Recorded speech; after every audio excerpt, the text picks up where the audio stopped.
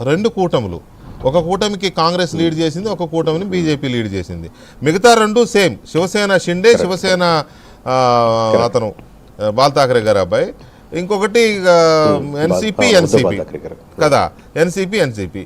ఈ కూటముల్లో బీజేపీ కూటమికి ఇంత థంపింగ్ మెజారిటీ రావడానికి బీజేపీ ఎక్కువ ఇంపాక్ట్ చూపించిందా, లేకపోతే షిండే ఎక్కువ ఇంపాక్ట్ చూపించాడా, లేదు ఎన్సీపీ అతను పవార్ ఎక్కువ ఇంపాక్ట్ చూపించాడా? అజిత్ పవార్. కరెక్ట్ సార్, మంచి క్వశ్చన్ అడిగారు సార్. యాక్చువల్లీ మేము 1వ తారీఖు కంటే ముందర కూడా, మన ఈ మంత్ 1వ తారీఖు కంటే ముందర ఢిల్లీలో బీజేపీ పెద్దవాళ్ళు కానీ, లేదా కాంగ్రెస్ తరపు నుంచి కానీ, లేదా ఏక్నాథ్ షిండే తరపున పార్టీ నుంచి పెద్దవాళ్ళు కానీ చాలామంది కలుస్తుంటాం కాబట్టి వాళ్ళు అడిగే ఫస్ట్ క్వశ్చన్ ఇప్పుడు ఎలా ఉంది అని అడుగుతుంటారు. సో నెంబర్లు యాజిటీస్గా చెప్పకపోయినా మేము చెప్పాలి కాబట్టి, లేదండి చాలా టైట్ ఫైట్ ఉందని అప్పుడు దాకా ఉన్నటువంటి డేటాను వెరిఫై చేసి చాలా కాన్ఫిడెంట్గా చెప్పారు, చాలా టైట్ ఫైట్గా ఉందండి, 5-6 నియోజకవర్గాలే ఉందని. బట్ 1వ తారీఖు తర్వాత నుంచి డేటా చూస్తే, అంటే ఎప్పుడైతే నామినేషన్లు వేశారో అక్కడి నుంచి డేటా చూస్తే దీనికి ప్రధానమైన కారణం ఏంటంటే ఎలక్షన్ ఇంజనీరింగ్ అనేది చాలా ప్రయారిటీ చూపిస్తారు. అంటే ముందు వరకు మనం చేసిన వర్క్ ఒకటి, ఎలక్షన్స్లో ఎలక్షన్ ఇంజనీరింగ్ అంటే ఇక్కడ టీడీపీ బలం ఉందంటే అక్కడ టీడీపీ కంటెస్ట్ చేస్తూనే ఉంటుంది. టీడీపీకి బాగా బలం ఉన్న దగ్గర జనసేన కంటెస్ట్ చేసినా, జనసేనకి బాగా బలం ఉన్న దగ్గర టీడీపీ కంటెస్ట్ చేసినా, లేకపోతే వీళ్ళిద్దరైతే ఎవరైనా పర్లేదని దగ్గర బీజేపీ కంటెస్ట్ చేస్తే ఎలా ఓటింగ్ పర్సెంటేజ్ ఎలాగ రాదో, బీజేపీ చేసిన ఎలక్షన్ ఇంజనీరింగ్ కానీ, క్యాండిడేట్ సెలక్షన్ కానీ, లాస్ట్ టైం 20,000-30,000 వచ్చిన వాళ్ళని తీసుకొని ఇప్పుడు ఆల్రెడీ సిట్టింగ్ ఉన్నా కానీ ఎమ్మెల్యే క్యాండిడేట్ పక్కన పెట్టి వీళ్ళని ముందుకు తీయడం కానీ, ఎక్కడైతే ఎన్సీపీ పోటీ చేయాలో శరద్ పవార్ గారు కంటెస్ట్ చేయలేదు కానీ ఆ పక్క, ఇక్కడైతే మటుకు బీజేపీ ఎక్కడ కంటెస్ట్ చేయాలో బీజేపీ కంటెస్ట్ చేసింది. ఏక్నాథ్ షిండే గారిని కంటెస్ట్ చేస్తే ఇక్కడ బాగుంటుంది ఈ నియోజకవర్గం దగ్గర ఏక్నాథ్ షిండే గారు కంటెస్ట్ చేశారు. నియోజకవర్గ సెలక్షన్ కానీ, క్యాండిడేట్ సెలక్షన్ కానీ, ఎలక్షన్ ఇంజనీరింగ్ కానీ, లాడ్కీ బెహన్ కానీ చిన్న యాడెడ్ అడ్వాంటేజ్ ఉండొచ్చు. అలాగే ఇటు సైడ్కి వస్తే మహావికాస్ అఘాడికి ఎక్కడైతే కాంగ్రెస్ కంటెస్ట్ చేస్తే బాగుంటుందన్న దగ్గర శరద్ పవార్ గారు చేత కంటెస్ట్ చేశారు. శరద్ పవార్ గారు కంటెస్ట్ చేస్తే బాగున్న దగ్గర ఉద్ధవ్ బాల్ ఠాకరే కంటెస్ట్ చేశారు. సీట్ సెలక్షన్, క్యాండిడేట్ సెలక్షన్లు ఇక్కడ ఇంతకంటే దారుణంగా చేయకూడదు అన్నదానికి కాంగ్రెస్ పర్ఫెక్ట్ ఎగ్జాంపుల్ చేసింది సార్. మహారాష్ట్ర 1వ తారీఖు టైట్ ఫైట్లో ఉన్నటువంటి స్టేటు 20 రోజుల్లో ఇంత 10% వెళ్ళిందంటే వీళ్ళు 5 అడుగులు ముందుకేసారు, వీళ్ళు 5 అడుగులు వెనక్కేసారు. కాబట్టి ఈ 10% మార్జిన్ హ్యూజ్ డిఫరెన్స్ వచ్చేసరికి మీకు ఈ రిజల్ట్స్ కనపడుతున్నాయి సార్. ఓకే, తర్వాత శివసేన ఎంపీ సంజయ్ రౌత్ ఒక స్టేట్మెంట్ చేశారు. ఏమని, ఇదంతా ఈవీఎంలతో జరిగింది, ఇదంతా ఇంత మెజార్టీలు రావడం ఏంటి, అసలు ప్రజలకు వాళ్ళ మీద విపరీతమైన కోపం ఉంది, అయినా ఇది వచ్చిందంటే ఇది ఈవీఎం ఎఫెక్ట్ అని.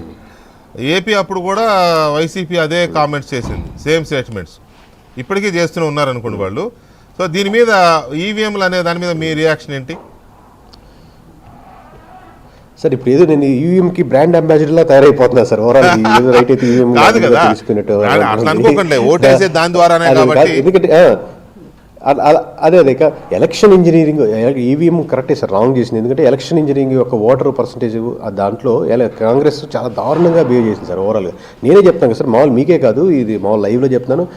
బీజేపీ కానీ, ఏక్నాథ్ షిండే కానీ ఇటు పెద్దవాళ్ళని కలిసినప్పుడు కూడా నేను డైరెక్ట్గా చాలా టైట్ ఉందని చెప్పి నియోజకవర్గంగా చెప్తూ కోట్ చేస్తూ నైట్ అంతా కూర్చొని డిస్కస్ చేసుకుని తెల్లవారు దాకా నియోజకవర్గంగా డిస్కస్ చేసాం. బట్ మళ్ళీ అదే డేటా మాకు 1వ తారీఖు తర్వాత మాకు శాంపుల్స్ చాలా వరకు చేస్తున్నప్పుడు మారుతుంది. ఎందుకంటే ఓవరాల్ క్యాండిడేట్స్ రాంగ్ సెలక్షన్. కరెక్ట్గా ఒక్క వ్యక్తిని మహాయుతి తరపున ఎవరైనా చెప్పండి అంటే మటుకు ఏక్నాథ్ షిండే గారు చెప్పదు సార్. మహావికాస్ అఘాడి తరపున అంటే కాంగ్రెస్ తరపున చెప్పాలంటే శరద్ పవార్ గారిని మెచ్చుకోవచ్చు సార్. వీళ్ళిద్దరే చాలా బలంగా చేయగలిగారు. దానికి తోడుగా ఇక్కడ బీజేపీ నిలబడింది. శరద్ పవార్ గారికి తోడుగా కాంగ్రెస్ కానీ, ఇటు శివసేన ఉద్ధవ్ బాల్ ఠాకరే పార్టీ కానీ నిలబడలేకపోయింది. రైట్, ఫైనల్ గా మీరు అంటే ఈవీఎం అనేది ఒక సాక్ గా చెప్పుకుంటే ముందుకెళ్లారండి అట్లా వాళ్ళ మటుకు. ఫైనల్ గా ఏంటి ఇక నెక్స్ట్ ఢిల్లీ అయినా?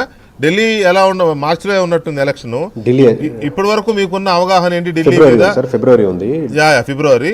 మీకున్న ఇప్పటి వరకు ఢిల్లీ మీద ఉన్న మీ అబ్జర్వేషన్ ఎలా ఉంది? ఏంటి అక్కడ పొలిటికల్ సినారియో? అంటే అరవింద్ కేజ్రీవాల్కి అయితే ఆ సెంటిమెంట్ ఎప్పుడైతే అరెస్ట్ నుంచి బయటకు వచ్చారో ఆబ్వియస్గా ఆయన ఫేవర్గా ఉంటుంది.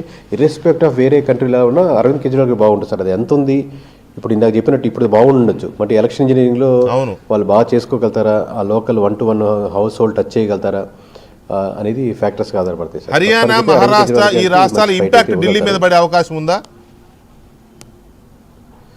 తక్కువ సార్, పెద్ద ఇంపాక్ట్ ఉండదు సార్. ఏ స్టేట్కి ఆ స్టేట్ ఉంటుంది సార్, ఓవరాల్ పెద్ద ఇంపాక్ట్ పడకపోవచ్చు. కరెక్ట్, బాగా చెప్పారు. Thank you very much sir. మనకు గెలిచినప్పుడు ఒక పాజిటివ్ ఇంపాక్ట్ తో ముందుకెళ్తాం కదా సార్, ఆ ఇంపాక్ట్ అయితే ఉంటుంది. ఓకే, అంటే ఒక మోరల్ ఇది వస్తుంది వాళ్ళకి, నైతిక విజయం అంటాం కదా, మోరల్ సపోర్ట్ వస్తుంది. కరెక్ట్.